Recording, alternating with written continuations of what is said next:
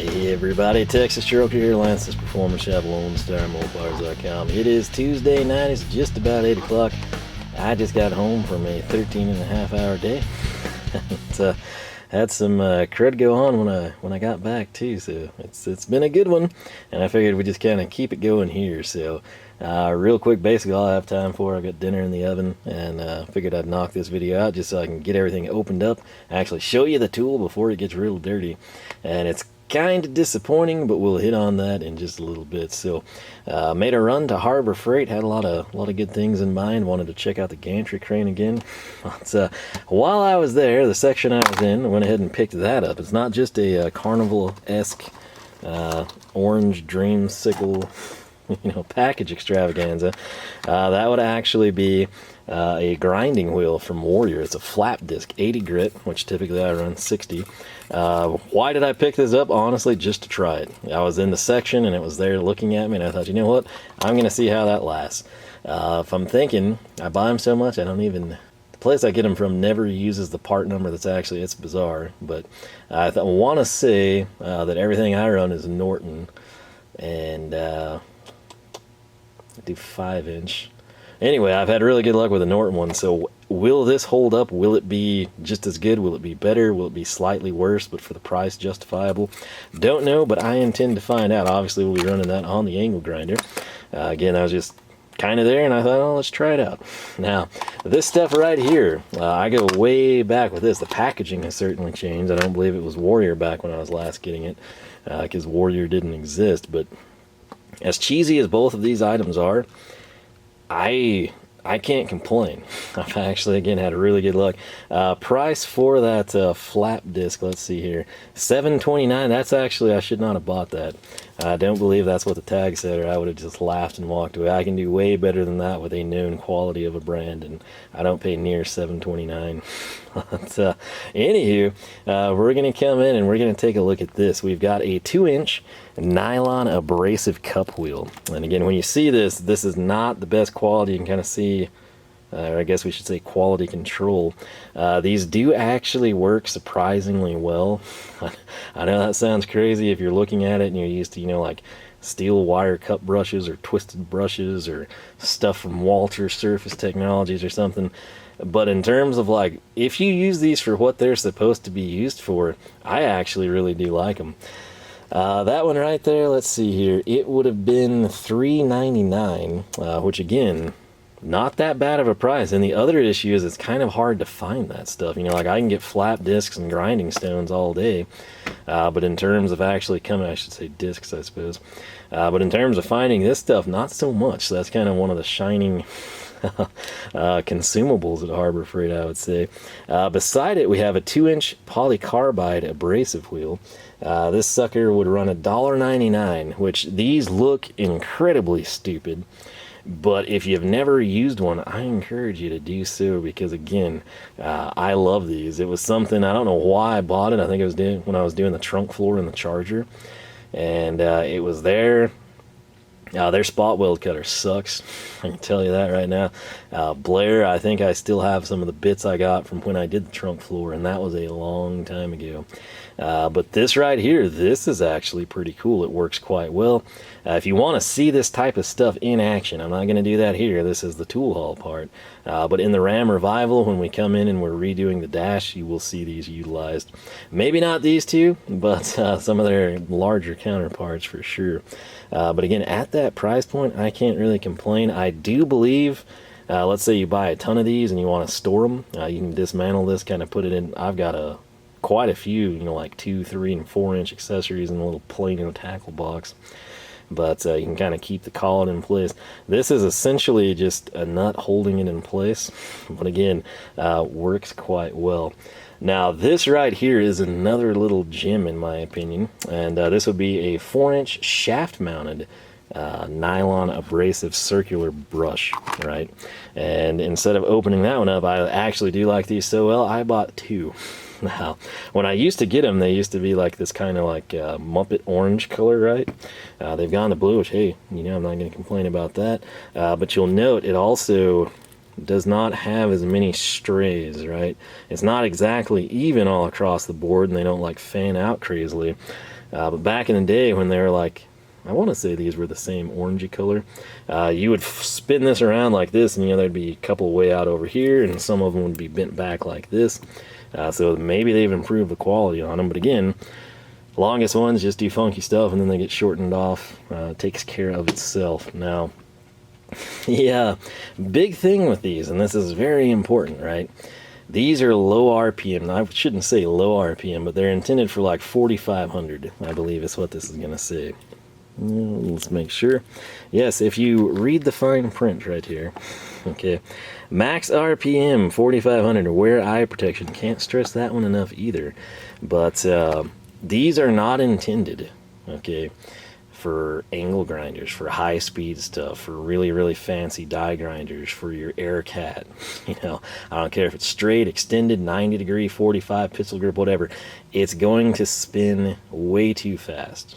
Okay, and that's where these really shine, is you can just throw this in like a drill. That's almost perfect, and they do a really nice job. Now, particularly if you've got a corded drill, then you're not sitting there just melting through your battery supply, right?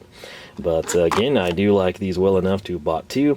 I wanted to try that out. I have a couple of 2-inchers in stock. I could not find a larger size of this, and so I'll just pick up, have a new call it, and go to town there. The next thing we're going to take a look at is the second most expensive item, which is right here. This, I don't know about it. We're gonna give her a fair shake, see what we think of it. But it comes from Warrior. I guess they branded a lot of their abrasive stuff Warrior at some point in time. I want to say when I was buying the stuff and still have stock, it might have been Central Pneumatic. They're kind of like take on the Chicago line or something. That's another story for another day. But right here, the Rotary accessory kit, 276 pieces, as you can see, for use with rotary tools. So I've got this one out of the packaging as well, just so we can open it up quicker. And you can see basically what we have. We have a few sand flap discs. We've got some grinding stones. We've got some polishing wheels. We got some cutoffs, which... that's one of the underrated uses, in my opinion, of a rotary tool, particularly if you do a lot of installs with plastic, maybe, like stereo, audio-visual type of stuff. Don't sleep on those. That actually works really well. It seems gimmicky and kind of stupid, but each one of these containers is also going to have cutoff wheels and sandstones. And you can make some pretty nice cuts if you've got a steady hand, if you've got a little bit of seat time with one. So all these drums right here, these round circular things, that's just a crud ton of sandpaper that we can put on collars. Nothing fancy, nothing crazy. It did come with a wrench. We've got a stone there. Let's go ahead and flip this around like so. I also do kind of like the presentation, just in part because the way I would store this crud, it's in a plain old tackle box. I'm talking kind of like the clear ones, At some point in time, I'll show you all that crud, but this was kind of a cool setup too, because obviously we've got a whole host of wire brushes. These are almost like paint brushes. I don't really know what we could accomplish with them. Maybe if we're just like dusting, I don't know. But at that point in time, you can just kind of tweak the rotary tool and have the fan, blow stuff off. But we got an assortment of grinding stones, various sizes, same thing here. This sucker here is important because, well, that should be tapped out. And then I thought we would have a screw there. Apparently we don't. But main thing, it just gives me a couple more options for putting all this stuff together. So looks like they included a host of cutting bits and drill bits. Maybe that's like a rubber eraser, I don't know, because apparently right here, now that I'm paying more attention, these two, that's where we would literally, like thread in the grindstones, the cutoff wheels. There's tiny, tiny little set screws. Let me show you if you're not familiar with them. Whatever your, rotary tool is, whether it's, a Dremel, brand name, something expensive, Harbor Freight, they're all going to use something like this, and you don't get a ton of these, right? When you buy your rotary tool, you might just get one. I think that's how my Craftsman was. And luckily I bought, an accessory pack for it when I picked it up years and years ago. Still have some of those, but it came with a couple more. And what that allows you to do, it seems stupid, but like if we wanted a grinding stone on this one, and we wanted to polish something with another one, we wanted different, thickness of cutoff wheels, for just roughing stuff and then something fine and precise, we are covered. We can just have everything in place ready to go, and we don't have to constantly come in and use that tiny, tiny, tiny slotted head to get everything taken care of. So not going to spend a ton of time there. I mean, it is what it is. We'll see. We will use these, and as I use them, we'll kind of say like, well, this thing's actually surprising, or it's total junk, or man, what a waste of $19.99, because that's what this cost. So the case, like I said, not probably the best thing, but it is functional. It is packing. I mean, you got 276 pieces in there, so I can't complain about the footprint. And the presentation is actually pretty good. So there is a list of the contents. Again, I've got dinner in the oven, and it has been a freaking day. So that's where we're going to leave it. But my rotary tool of choice is my first rotary tool, which is the Craftsman. So that thing's still kicking. Again, current reason for purchasing all this stuff is the dash. For whatever reason, when I do things, I can't take the easy route. I can't just throw a new dash top on, you know. Can't just button everything back up and have a few loose screws we don't connect and silicone it.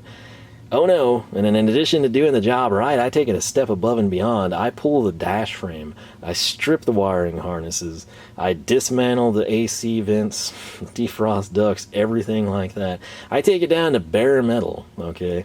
And my first thing, I get some sick satisfaction out of doing things by hand, so it was all Stavilla wire brush, you know, and we reached past the point of that being functional.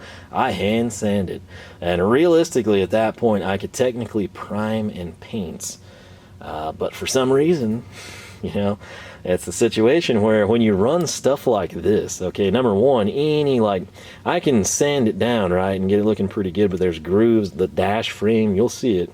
It's got all sorts of strange contours, right? When you run something like this poly or this nylon, it sounds really stupid. It doesn't seem like it would work, but it puts a really nice, clean, polished look to the metal, which again is what I want prior to paint. So I'm not looking to knock off like the scale rust and shoot paint over surface rust. I want clean, pristine metal, and that's what, you know, happens, you know, when you're raised and you grow up and you try to take the extra time to do it right and do it to the best of your abilities, whatever that may be. That's what I do. That's what I still do, and that's why things take a little bit longer, but at the end of the day, you know, it's going to be done right. I'm going to be happy with it. I'm going to be proud of it. No one's ever going to see it. I mean, if I didn't make videos, no one would ever know that I have a ridiculously prepped and painted dash frame, because it's 100% completely concealed, but you know, you do what you can. Now this brings us to the highlight of the tool haul. It also brings us to the most expensive item, and it brings us to kind of a disappointing item. More on that in just a second. But what I do, obviously, you know, this stuff's relatively cheap aside from this, which again, I thought this was like $3.99. If I would have known this was $7.29, I would not have picked it up. So I will not be using this on the dash frame. You know, this is just something I was thinking of other projects down the line. But we got it. We'll try it out. Maybe we'll love it and think, what a steal. But currently I'm kind of feeling ripped off on that front. The rest of this, price points, I'm totally fine with. And again, unless they've just completely degraded what they used to be from when I bought all the stock that I'm burning through, I've been really, really pleased with the stuff. So, and again, another thing, it's hard to find that crud. Like when I go to Home Depot, I don't ever see this stuff, you know, and there at Harbor Freight, it's just right there. It's dirt cheap, and I have a history of success with it. So moving on, because I've got to eat. I don't want to start a fire. Maybe I'll get to see the Nuggets eliminate the Clippers, which would be fantastic. I've got the star of the show right here. This is from Chicago Electric. You'll see the cord. That is right. Old school electric. And it's an electric die grinder with a long shaft. That's right. So, true story, I walked around that store like an idiot. Okay.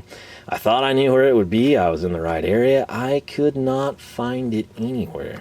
I thought, well, okay, you know, it's not coming up. Maybe, just maybe, they've got it with the pneumatic die grinders. I was very interested in trying the Big Chief one, but the problem is I have a really nice, well, it's not like super nice, but a Campbell one that's blue, which is straight, which I've never used because I bought a cheap one, a 90-degree one, and I actually found it to be more useful, and it's still functioning beautifully. Again, with air tools, I'm the type of person, if you ever have multiple brands, they all kind of look really, really similar, right? Everything but the color, the sticker, and the price tag. And if you ever take them apart, they even look more similar in most cases. But you get that, you know, special, you know, finish out, you know, the stickers and everything off of them. But all that aside, I had always kind of thought about getting a long neck one, primarily for like cylinder heads and intake manifolds. This, my intention 100%. There's so many weird grooves, like, you know, there'll be a relatively flat surface on the dash, and then there's like two valleys.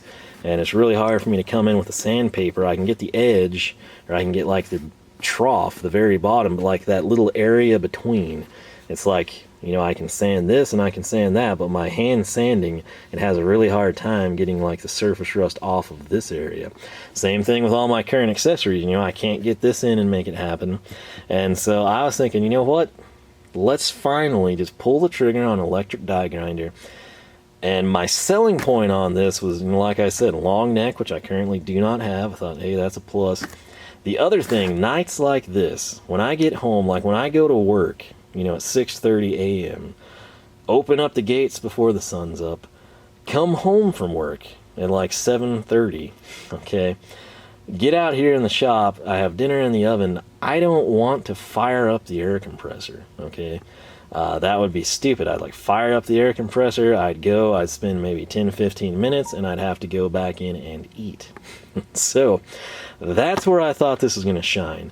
The other thing, and in full disclosure here, and this is kind of what happens when you're in a rush, I plan to use this with these accessories. My current stock we're not showing you, and then these new ones I picked up. And if you're thinking like, okay, well, what's the problem? You know, that's cool. You know, it's going to work well. You're happy with those. You have history with them. You've got a long neck. That'll get you accessibility. What's the problem? Well, I thought this was variable speed, and it's not. I also thought, I don't know where I came, the variable speed I legitimately believed. For whatever reason, I also thought this was a paddle, you know, like the switch. I thought it was a, you know, paddle handle. It's not. It's the little yellow lock-on one. And the issue there, you know, and that won't be bad for cylinder heads and an intake manifold. In fact, that would both be desirable. The issue is this sucker spins at like 25,000 RPM, okay? And if you are like me and you do a lot of grinding, you use a lot of cutoff wheels. Cutoff wheels are scary on an angle grinder, alright? I always have the guard in place. When I'm grinding, I like a 5-inch wheel, and that means I don't have the guard, and that's fine. I've never had a grinding disc blow up on me. The extra life, it sounds stupid, but the extra life of a 5-inch stone is just so ridiculously better than a 4.5. I can't explain it. If you never tried it, live dangerously. I'm not advocating for you to take the guard off, but, you know, try it. Maybe get a bigger grinder if you have to, you know, keep the guard in place, modify the guard, whatever. But a 4.5 versus a 5 you would think is nothing. It's a huge difference. It's like 2.5 versus 3-inch exhaust. You're like, I know what my car sounds like. You put that 3-inch exhaust on, it's a whole different story. All right? That's kind of how it is with the 5-inch, you know, grinding disc. So anyway, all that aside, we got this sucker. And I am kind of bummed about that. Now, I'm going to keep it because this was the only one in the store. This goes back to my story about not being able to find it. I went back. There's 2 sections where I thought they could keep these. I gave up. I looked and looked. I could not find a demo model anywhere. Now, that's the other thing. The saving grace for me redeeming my reputation here is simply, had I have seen this in the store, I probably would not have bought this, right? At least not now. You know, maybe if we were porting a, you know, set of cylinder heads or something, we would have done it. But the reason that I was unaware that it didn't have a paddle, that it had the yellow lock-on switch, and that it was 25,000 RPM and not variable speed, is because they didn't have a demo. All right, that's what I was looking for. As I'm walking through the store, literally every other tool angle grinder, die grinder, pneumatic, electric, corded. It's all got a demo, and then you find the demo, you look under it or above it, and you find the box of the tool, and you take it right to the counter. They did not have this on display. I don't know if that's intentional. I don't know if this thing's being phased out. I don't know if it was a freak deal. I don't know if 5 minutes before I got in the store, somebody stole it. But this was not on display, and I so wish it would have been. Because again, all those things that were an oversight, I was also in a hurry to get in and out of there. But all these things, like, that's my switch, right? On and off. There's no variable speed here. There's no paddle. Those things, it would have been caught. It actually doesn't feel too bad. I think with this being a long neck, and I'm not done really any research obviously, but I would assume looking at this down the throat, we've got probably a bearing on both sides here given this length, and then we would have of course top and bottom bearing on the casing there. So I am gonna try to use this. I'm gonna see. This is one of those things I don't know.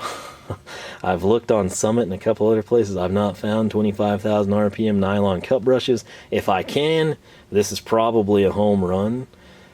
If I can't, we're kind of screwed, because my intention was to put this in here, crank it down. I knew it would be high speed, but I thought it was variable. And so that was my saving grace. I was going to like come in and for the dash with these type of things, I don't want to turn super fast, right? I just want to leisurely, you know, kind of like I do with my corded drill. And I can't do that now. I guess I could, and I might see what happens, but it's not advisable. Don't recommend it. Always, even if you're turning at 4,500 RPM, wear safety glasses. Just I value my eyes. I hope you do too. Those are very important to me. And, something as innocent as this, that you could totally screw stuff up, not worth it. Since this was the most expensive item, it is the item I threw the 20% coupon on. I want to say this would be 47, 48 bucks with the 20% off. Picked it up for 38, 39. If you've used it, how do you like it? What do you think of it? Let me know. But, looks like in the bag we have got 2 wrenches, or I'm sorry, a wrench and then the stud. That's obviously, if I spin it around, you can see the flat spot here. So that's where we're going to hold this gem of the tool. And then the wrench obviously will correlate to the hex right there. That said, it is 1/4 inch, which means this stuff fits beautifully, or it will. But sadly, we can't really use it, which sucks. Sucks really bad. I probably will try it, but again, I'm kind of cautiously optimistic. The first thing I noticed on inspection, again, since I couldn't see it in the store, this switch seems like a fail point right off the bat. It at least has a boot here. That's good. Another thing I kind of like about this, the way I will probably hold this is sort of pin style, so I don't think I'll block the fan. Again, if you ever use a rotary tool and you hold it wrong or the vents are positioned poorly, you will 100% absolutely burn that thing to the ground and shorten the lifespan considerably. This seems to be designed, I guess, with the extra length where that's not really an issue. Our brushes are easily accessible. One of the things about Harbor Freight, there was a period in time where I was so ticked off with Milwaukee and DeWalt, I just had terrible, I'm talking like 3 weeks, which you got to realize it's an industrial setting. But there was like a run with both of them where their grinders sucked. I'm talking corded, and what was happening, it was always the brushes. And so when you'd go get the cheap $19.99 grinders from Harbor Freight, which their rivet guns are amazing. If you don't believe me, I shoot a ton of rivets at work. And the Central Pneumatic ones, I'm telling you, I've had Byler, I've had Marson, I've had every brand in the middle price range, and those little, I think they're like $69 now.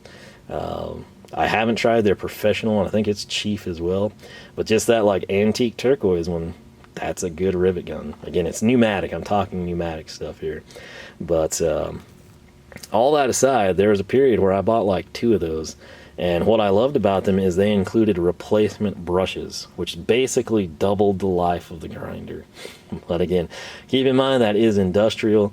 We're back. I won't spend a ton of time here, but currently grinder of choice is Milwaukee, because again, the DeWalt's just, I don't know, something happened, the quality dropped off considerably. Still have one, I use it for brass, but all the heavy duty cast iron stuff, angle iron, channel, They're both Milwaukee. And again, I've had a ton of texts here. It's probably important. Again, this was a doozy of a day. I'm trying to find on the box where it would tell us the RPM. Right here, which again, super disappointing. Like I said, if this would have just been on display, I would have seen it, I would have caught everything, and it probably would not have left the store with me. But alas, that was not the case. So, I finally broke down, asked an associate, and he was like, I don't know, man, I don't think we have an electric one. And then we went over there, and I was like, it seems like it'd be right here. And then he went down to the bottom shelf and was like, oh, here's the last one. I was like, oh, okay, cool. And I went to check out. And that's my story. I'm sticking to it. But again, easy to reach brushes. That's a selling point because they're going to fail. Right here, though, and this sucks so bad. 25,000 RPM. If this was variable, and I'm kind of shocked that nobody really has like a budget conscious. I'm not talking, like $300, $400 range, but just even 150 and under, a variable speed die grinder, right? There's so many people that get away from air. I actually prefer air, but not on nights where I have 20 minutes to work. That's stupid. But like a quality variable speed die grinder, that would be a great part, a great tool in my opinion. That said, this card is about maxed out. I'm gonna go. So again, I actually really do like these. You can see this type of stuff used in the Ram Revival. That's where you can actually catch some of these tools in use. Again, if you have used this thing, let me know. What was your experience, good or bad? Have you exceeded, like, do you run these regularly with zero issues? Again, 4,500 versus 25,000, that's, if this was 5,000, cool. But that's like over 5 times. And again, my eyes, my fingers, obviously the thumb, they're important to me.